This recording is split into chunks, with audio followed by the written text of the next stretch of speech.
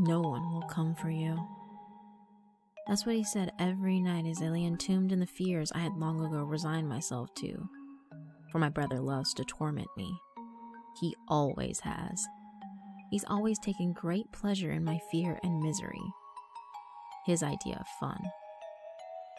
When I was 3 years old, I vividly remember every night. At around 9 o'clock, my mother would tell me it was time for bed. She would tuck me into the bottom bunk of an old steel, self-assembled bunk bed. She would kiss my forehead before saying goodnight, turning the light off and leaving the room, closing the door tight. As I lay staring at the dim light of the room, taking in the various silhouettes of the furniture, I would hear the springs of the top bunk creak and give. I would close my eyes and silently cry, knowing my brother's cruel game was about to begin. Every night was the same. My brother would growl at me in his malevolent croak about all the pain and misery awaiting me.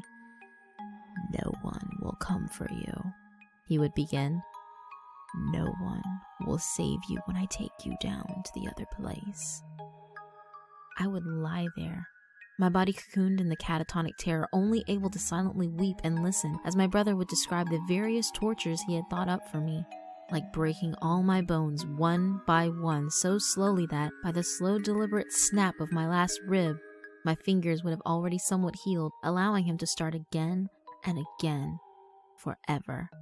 He would tell me that one day he would deliver on his threats, but for now, it would be more fun to just tell me what he had in store. My brother loves to torment me.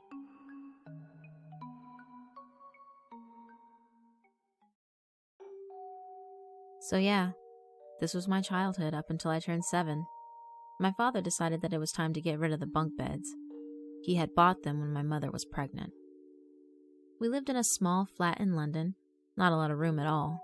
So when my mother told my father she was expecting twins, my brother and I, my mother says he was so insane with joy, like a hyperactive child on Christmas Eve. He went out to the bed store that day and bought that damned steel bunk bed, saying it was the perfect solution for our lack of room.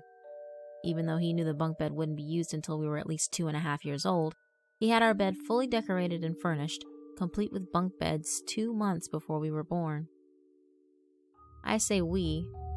Sadly, my brother died whilst my mother was giving birth, so I should say before I was born. I don't know much about what happened exactly. I'm very hesitant to ask my parents, as the mention of the subject sends the two into tears, and well, it's just not spoken about in our home. I can't believe how well I still remember those days. I'm 27 now. I've got my own little flat, an okay job, and a beautiful collection of sleeping pills. I'm taking a whole bottle tonight. I'm going to finally sleep tonight. He's not going to keep me awake tonight. Oh God, I miss that bunk bed. At least when he had the top bunk, I couldn't see him.